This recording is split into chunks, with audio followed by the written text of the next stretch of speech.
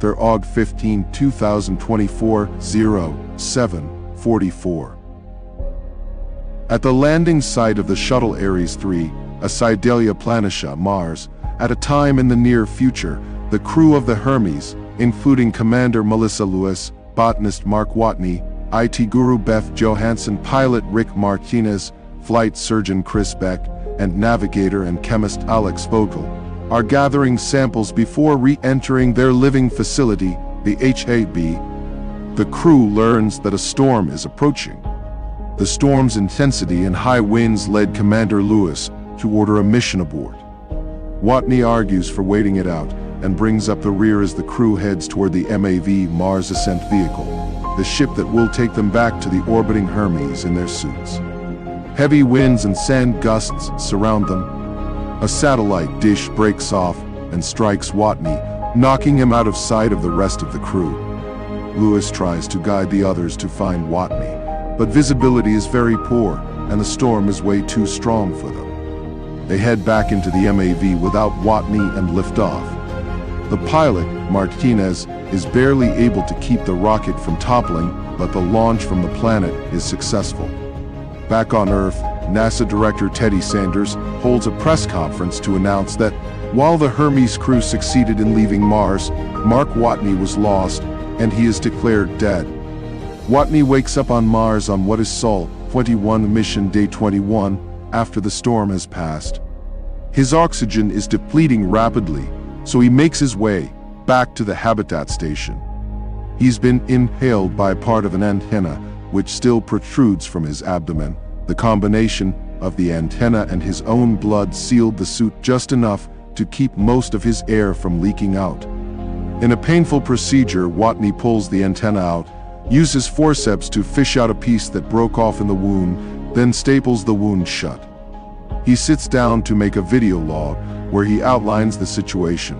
He's alive, but he can't contact Earth or Hermes. It'll be 4 years before the next manned mission is launched, and with the food supply in the habitat meant for him and the other 5 crew members, he has almost a year's worth of food, or a little longer if he rations. Therefore, Watney determines that he has to grow 3 years' worth of food on a planet where nothing grows. Luckily for him, he's a botanist and devises a plan to grow potatoes. At NASA in Houston, Texas, Sanders has just returned from a memorial service for Mark Watney, where he spoke about Watney's dedication to exploration. Mars mission director Vincent Kapoor talks to Sanders about getting satellite time to locate Watney's body. Sanders refuses on the grounds that the satellite feeds are public and broadcasting pictures of Watney's corpse would be a political and budgetary disaster for NASA. Later, engineer Mindy Park meets with Kapoor after she discovers evidence of activity in satellite photos of the Ares 3 site, low-resolution images apparently taken in a routine flyby.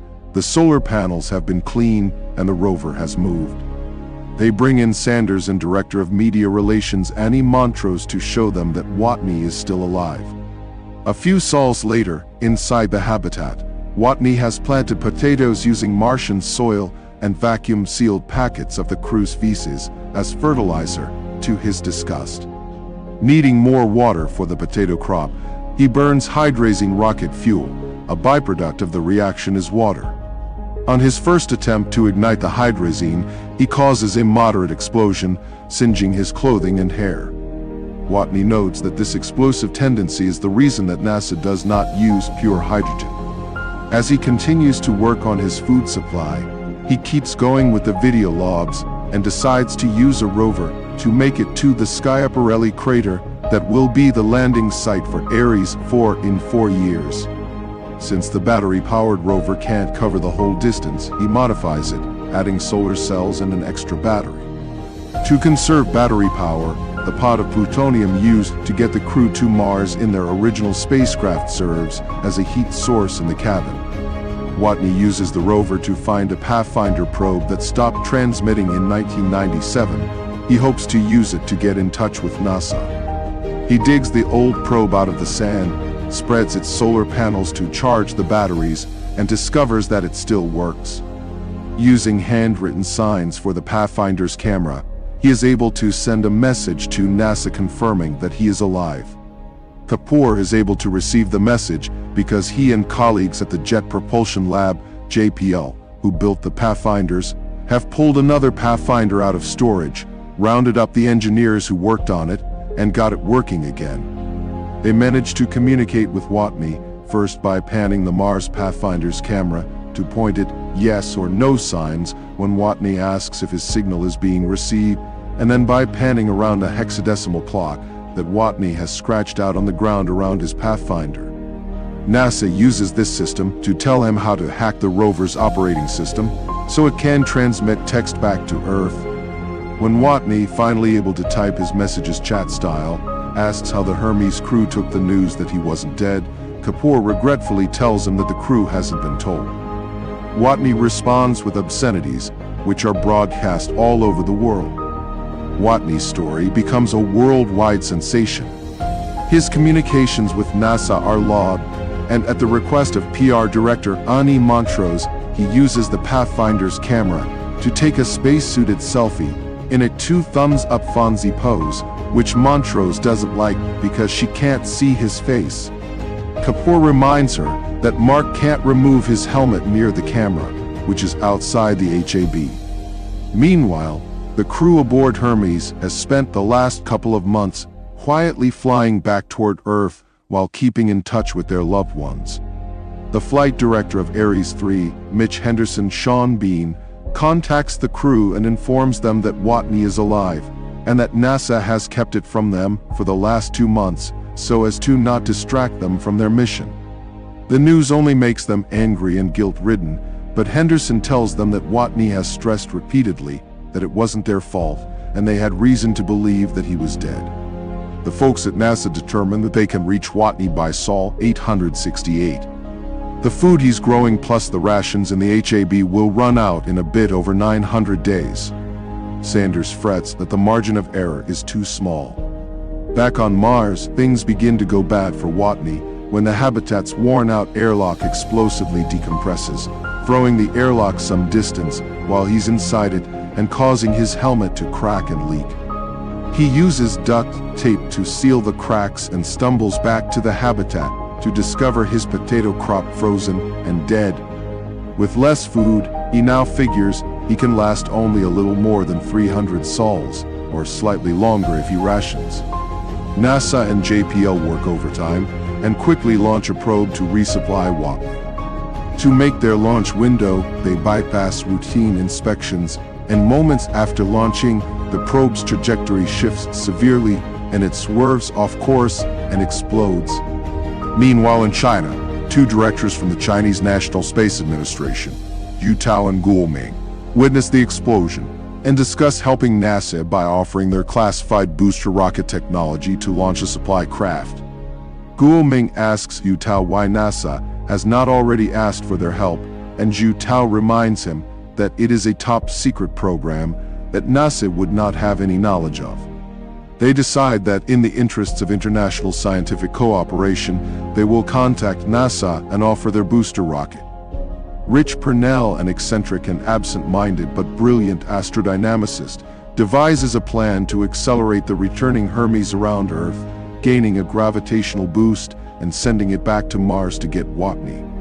The Chinese rocket will resupply the Hermes for its extended voyage. Sanders vetoes this plan because it risks the lives of the 5 Hermes crew members and will extend their mission by hundreds of days, but Henderson secretly sends the plan and Purnell's course calculations to the crew. The crew talks it over.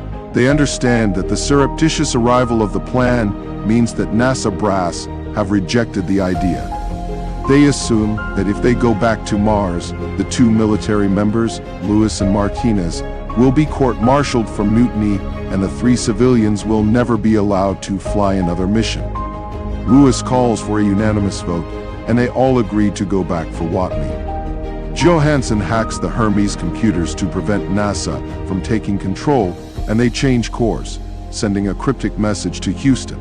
Rich Purnell is a steely-eyed missile man. Sanders is angry with Henderson, who he assumes sent the plan to Hermes. Henderson doesn't deny, but will not confirm his actions either. Sanders explains that his priority is for NASA to keep flying, but Congress is very sensitive to public opinion, and the bad publicity that would result if Purnell's plan failed would likely reduce NASA's budget for years to come. He asks for Henderson's resignation when the mission is over. Then he's forced to announce that NASA is sending Hermes back to Mars to rescue Watney. 7 months pass on Mars. Watney has lost a lot of weight, has grown a lot of facial hair, and his teeth are rotting. He started losing hope in his survival and rescue. He records a video log asking Commander Lewis to let his parents know of his fate. NASA sends him instructions to make extensive modifications to the rover, which Watney bemusically performs. He packs up the rover and leaves the Ares 3 site, having spent 461 sols there, and heads for the Ares 4 MAV, which was dropped on Mars well ahead of the Ares 4 mission. It's a 3,200-kilometer drive across a trackless and inhospitable Martian landscape. He stops every day for 13 hours to sleep and recharge the rover's batteries with solar panels. During his excursion, he reasons that Mars is legally international waters, that is, it's subject to maritime law because it can't be claimed by any country on Earth. As he has not gotten explicit permission from NASA to take the MAV, and cannot get permission until after taking off, commandeering the MAV will make him a space pirate. He would like to be called Captain Blondebeard. Mark also pontificates about how he's the first person to see the Martian landscape that he travels across and seems to be quite in awe of it. After the Hermes has swung around Earth and collected the supplies, they travel back to Mars. NASA and the rest of the world watch with anticipation. With 12 minutes delay, no one on Earth can help by radio. Watney has to remove 5,000 kilograms of weight from the MAV to make it light enough to reach Hermes orbit. He jettisons most of the seats, all the navigation and control systems, and replaces the nose cone airlock, a crucial structural piece and the single heaviest component, with a tarp. Martinez, flying the MAV by remote control, launches Watney into orbit. The MAV comes up too low to reach the Hermes spaceship. Vogel constructs a quickly made sugar and oxygen explosive to blow the front hatch and cause escaping air to slow the huge ship down so they can match speeds and still get to Watney. Lewis herself decides to use the EVA MMA suit with a tether to reach Watney, but she can't get close enough. Watney punctures the palm of his glove to propel himself toward Lewis with the escaping air jet. Like Iron Man, he says gleefully. He has very little control, so he misses her.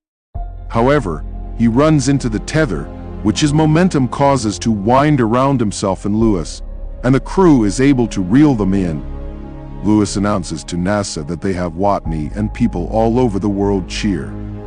Crowds have gathered in Houston, Times Square, Beijing, and elsewhere, anxiously waiting to hear whether the rescue worked. The crew hugs Watney and jokes about the stench resulting from his lack of showering for many months. Back on Earth about 1 year later, Watney begins day one as an instructor to aspiring astronauts. He tells them of his struggle on Mars, confirming that he did in fact grow food using his own excrement, and humorously says he doesn't want to discuss that aspect of the mission again. He tells them that if things should go south for them, they can either accept their fate or start solving problems, because that's how you survive, by overcoming one problem after another. During the closing credits, we see the characters years later as they watch the launch of Ares V, in which Martinez is the commander. Kapoor, Montrose, Park and Sanders watch from NASA along with Guo Ming and Zhu Tao. Henderson is retired and golfing with his son. Lewis watches at home with her husband, while Vogel is at home with his family. Beck and Johansson have gotten married and watch from the hospital with their new baby. This article was converted for free by the courtesy of audio.